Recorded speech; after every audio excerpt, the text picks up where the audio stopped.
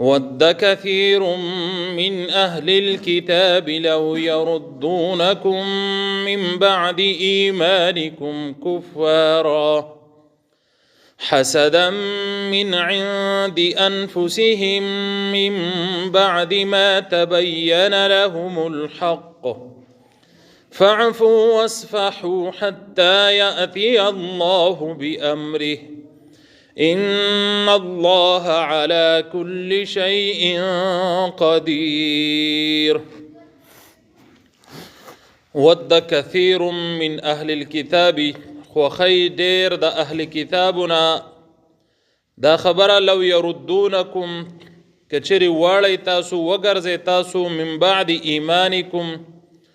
رست د ایمان راوړلو ستاسو نه کفارن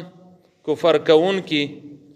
حسدا من عند انفسهم د وجد حسد د هغې نه چې په زړونو د دوی کې دی من بعد ما تبین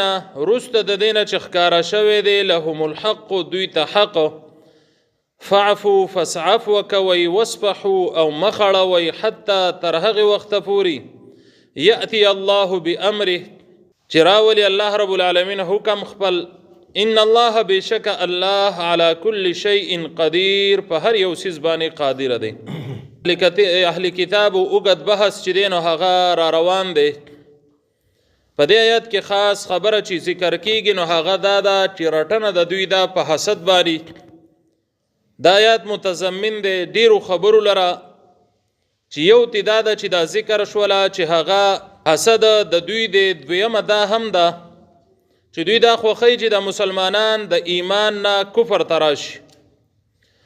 او په دې آیت کې مسلمانانو ته دا تنبیه ده چې کافران یعنی د اهل کتاب کفار چې دي دا وپېژنئ چې دوی په تاسو باندې د ایمان هم سود نه دی د ایمان نم اړول غواړي نو د هغوی د تعلق باره کې خبرداری شو او بیا دا خبره هم چې دوی دا کار کوي نو دا ولې کوي دا نه خبره نه کوي نه دوی ښه حق پیژندلی دی او د حق د پیژنګلو د وجې نه دا کار کوي او بیا پکې داعي ته چل ښیي چې د بعضې خبرو حکم د دې دپاره چې چرته دعوت ونه درېږي دعوت ته نقصان ونه رسي نو داعي دپاره د اخلاق و صفات چې دی نو هغه ذکر کوي او انتظار مسلمانانو له ورکوي چې د الله حکم ته انتظار وکوي د الله رب العالمین فیصلو ته انتظار کوئ. ود کثیر من اهل الكتاب الله رب العالمین وی خوښوي ډېر د اهل کتابونه نو کثیر الله رب العالمین وی خو ود اهل کتاب چې دی نو هغی ونه وی چې یعنی اهل کتاب خوښوي که اهل کتاب ویلی وی نو مراد به دا و چې ټول اهل کتاب دا کار کوي. نو الله رب العالمین دومره غفور الرحیم او زبردست رب دی چې دوی نه ډېر زیات کمو کسانو چې دی هغه ایمان راوړی که نه چا چې ایمان راوړی نو هغه ډېر زیات زبردست صحابه کرام جوړ شوي دي خو ډېر کم تعداد کې ته ایمان راوړی شوی بیا هم الله رب العالمین ټول اهل کتاب نه وایي بلکې دا وایي چې ډېر د اهل کتابونه نو د اهل کتابو اکثریت چې دی نو هغه په دې خبره باندې دی چې هغه خوښوي لو یردونکم دا لو یردونکم دا چې دی نو دا د ارمان په معنی باندې دی یعنی د دوی ارمان دا دی خلک وایي یاره دا مې ډېر غټ ارمان دی نو لو یردونکم دا د دوی ارمان دی چې که چرې تاسو وګرځئ من بعد ایمانکم وروسته د ایمان راوړلو ستاسو نه نو دا ایمان چې دی دا هم دوی ته معلوم دی چې دا خلک اوس ایماندار دي او اصل په توحید ودرېدونکي خلک دي نو دا ایمان درله ماتول غواړي اوس یو سړی داسې چې هغه په حق باندې په خپله نه روان او حق ورته معلومي ځان ته یې څه خبرې مخې ته ایښې خو که بل سړی په حق روان نو په زړه کې هم قدر کوي او عملا د هغه مخې له نه ورځي د الله رب العالمین نه یریږي او کله کله خلک په دې صفت کې چې دی نو هغه د اهل کتابو سره مشابه شي او هغوی ته چې کله حق معلوم شي خو د خپل ضد او عناد د وجې نه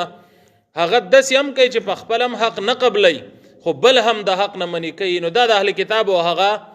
لوی صفت دی او د دې صفت وجه چې دی نو هغه د دوی حسد دی د دې صفت لویه وجه چې دی نو هغه حسد دی ولی حسد دی چې من بعد ایمانکم کفارا دوی خو ځان ته ایمان والوی کنه دوی خو ځان ته تورات والوی دوی خو ځان ته د موسی علیه السلام امتیان وی نو چې کله د موسی علیه السلام امتیان دی او کله دوی وی چې اصل الله والا خلق مونږ یو جنت والا مونږ یو نو کم خلک چې الله علی نو هغه د ایمان نه منی کول چرته کوي کفر چرته خوخی کفر خو بیا چرته هم نه خوخی نو دوی د ایمان په بدل کې کفر د خلکو خوخی خو ایمانی نه خوخی نو اوس دې کې دا سوال پیدا کیږي چې کې دې شي په خبره باندې نه پویا دا دوی چې په خله باندې سوي او دا رښتیا چې د پیغمبر او د قران وته نه معلوم او دا کفر وته حق کاری نو الله رب العالمین وجه بیانوي چې حسدا من عند انفسهم دا کار چې دوی کینو دا د حسد د وجنه کوي دا د ناپوهتیا د وجنه او د ناخبرۍ او د لا علمۍ د وجنه نه کوي د کم ځای نه جوړ شوی دی دا حسد د سنه جوړ شوی نو من عند انفسهم دا د دوی د زړونو نه راوته دا د دوی د زړه هغه خبرې دي چې په زړه کې دي هغه خپل نفسانی یعنی نفس چې کم دی هغه وته په دې خبره باندې حکم کوي او هغه خبره چې دی نو هغه دوی راوباسي نو اوس په دې کې بیا دویمه خبره چې دی نو هغه جوړیږي چې کې دي چې دا دوی د خپل دین د وجنه کوي د دین د وجنه نه کوي ځکه چې من بعد ما تبين لهم الحق الله رب العالمین دا واضح کړل چې دا کار دوی الکه چې کله دوی ته حق چې دین او هغه واضح شو حق پیژندلې دی او دا واضح چې دین دا بیخي تبين د څه ته وای چې دا بیخي رڼا لکه د ورځې رڼا چې یو پر رڼا کې خلک یو څه ویني نو حق واضح پیژندلې دی یقیني پیژندلې دی او د دینه بعد د حسد د وجنه دوی دا غواړي چې د ایمان والا د ایمان نه وګرځي او کفر طرف ته چې دین او هغه لاړ شي او وسو لهم الحق یعنی حق په دوی باندې واضح شوی دی نو زما عزتمندو د حق نه مراد چې دی هغه څه شی دی نو د حق نه مراد الله رب العالمین دی د الله رسول له او د الله رب العالمین کلام قرآن مجید چې دی نو دا حق دی دا خبرم په ذهن کې دی خودو ده زمونږ استادو دور کې دا حق چې دی نو دا په افرادو پیژندل کېږي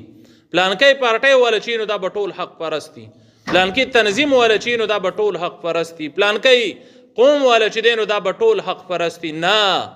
حق چې کم دی د الله او د رسول په خبره چې څوک ودرېږي نو دغه حق پرستی چې د الله او د رسول خبره رااله او دی په یو پارټي کې دی هغه پارټي بیا نالي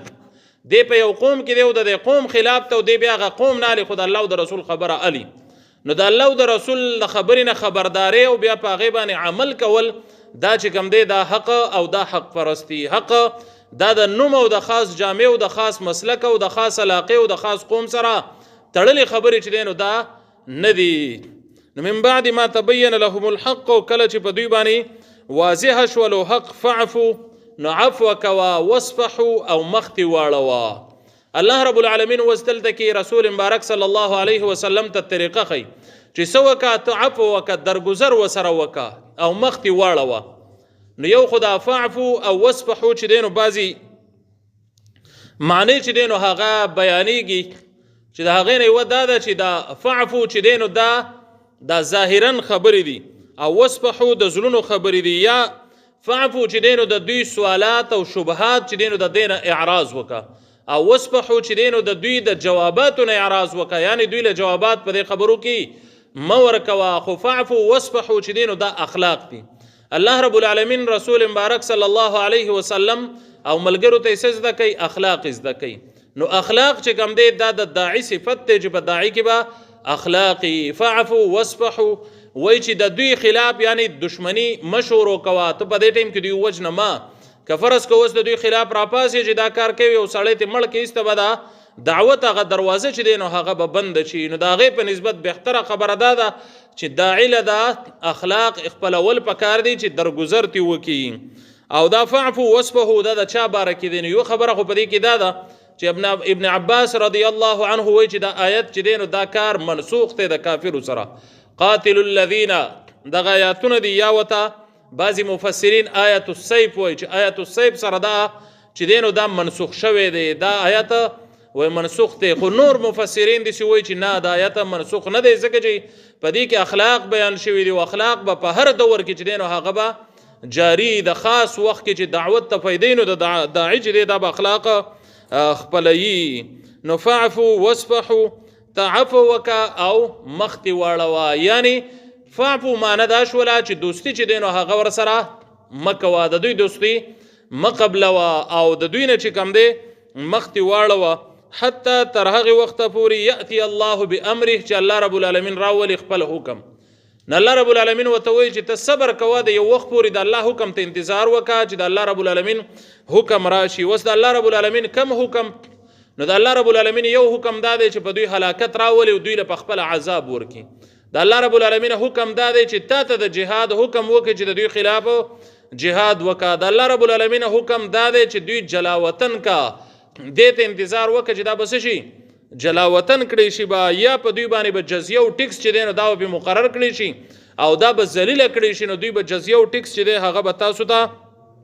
درکې. یا یو خبره پکې دا هم د چې چرته الله رب العالمین دوی ته د اسلام توفیق ورکي نو دې ته انتظار وکړه چې چرته الله رب العالمین ورته د اسلام توفیق ورکي لکه بعضو ته چې په هغوی کې توفیق میلاو شو. نو حتی یأتی الله بامره تر دې چې د الله رب العالمین حکم راشي د دې پورې د دوی سره گزاره کوه. وز د عفو او درگذر دا صفت به د چا سره نو په دې کې یو خبره علما دا سو خلق لیکلی دی چې یو زمیان دی. زمیان هغه چاته وایي چې په اسلامي ریاست کې دن اوسیږي او اسلامي ریاست چې دی نو هغه کافران دي خو دوی ته پناه ورکړي د دوی حفاظت کوي نو د دوی سره به تو دا معامله کې خیر دی که څه داسې خبرې وکړي. یا چې کوم دی د کمو کافرانو سره صلح ده نو د صلح والا کافرانو سره به هم ته چې دی نو دا کار به ورسره کوي چې خیر دی ګزاره به ورسره کوي. یا د دې نه هغه فاسقان مراد دي چې کله کله ته د حق دعوت چلی او هغه به د حق خلاف راپاسي او خپل دعوت به چلی خو هغه نه پوهیږي چې د حق خلاف ولاړ دی نو ته به د دې سره د عفوي او د درگذر معامله کې که فرض که داسې ورسره نه کوي نو دعوت به داسې چې هغه به ودرېږي. نو فاعفوا واصفحوا حتى يأتي الله بأمره ان الله على كل شيء قدير. بشک الله رب العالمین په هر یو څیز باندې قادر دی. آیت نه مراد چې دی هغه څه دی چې ان الله على كل شيء قدير. د مسلمانانو زړونه خو ډېر واړه دي کنه انسانان دي. انسانان دا وایي چې یو سړی نن هم ماته خبره کوي او سبا کوي او ماښام کوي او په لاره کوي